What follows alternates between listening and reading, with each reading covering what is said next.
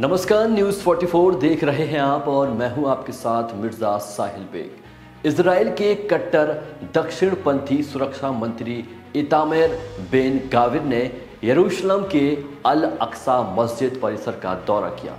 Israeli मंत्री के इस दौरे की सऊदी अरब, जॉर्डन, फिलिस्तीन और संयुक्त अरब अमीरात ने कड़ी निंदा की है। आइए पूरा मामला जानते हैं। मक्का और मदीना के बाद अल अक्सा मस्जिद इस्लाम का तीसरा सबसे बड़ा पवित्र स्थल है। इस जगह को लेकर यहूदियों और मुस्लिमों के बीच लंबे समय से विवाद रहा है। दोनों समुदाय के लोग इस जगह को धार्मिक लिहाज से अहम मानते हैं। प्राचीन फिलिस्तीन को 1947 में संयुक्त राष्ट्र ने 2 भागों में विभाजित कर दिया था। विभाजन के बाद 55% हिस्सा यहूदियों को और 45% हिस्सा फिलिस्तीनियों को मिला था।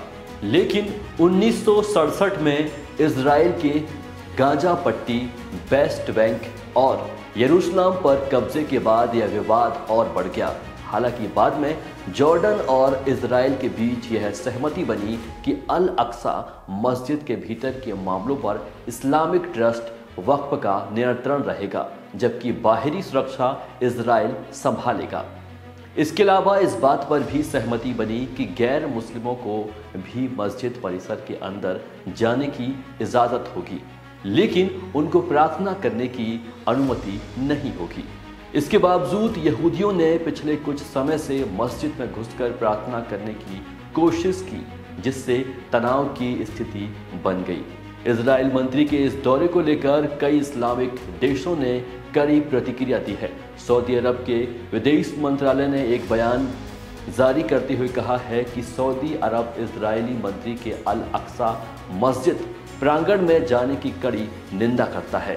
सऊदी अरब ने इजरायली मंत्री के इस कदम को शांति के प्रयास और धार्मिक पवित्रता का सम्मान करने से संबंधित अंतर्राष्ट्रीय मानदंड का उल्लंघन करार दिया है।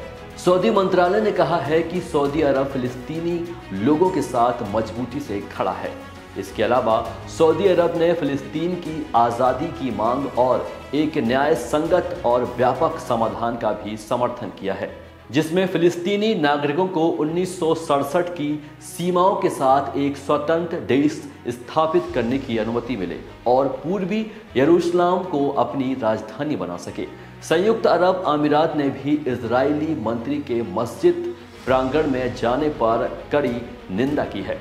यूएई के मंत्रालय ने इजराइल के सामने अल अक्सा मस्जिद की पूर्ण सुरक्षा और वहां होने वाले उल्लंघन के मुद्दे को भी उठाया है। यूएई ने इजराइल के अधिकारियों से कहा ऐसा कोई भी कदम नहीं उठाए जिससे यरूशलेम क्षेत्र में तनाव बढ़े और अस्थिरता फैले।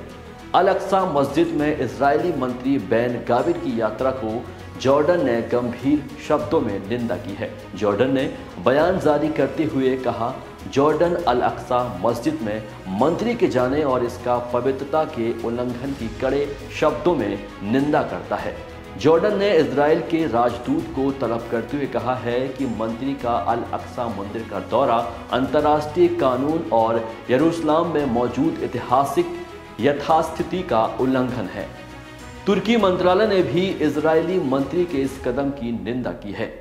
ऐसे ही तमाम खबरों को जानने के लिए देखते रहिए न्यूज़ 44। नमस्कार।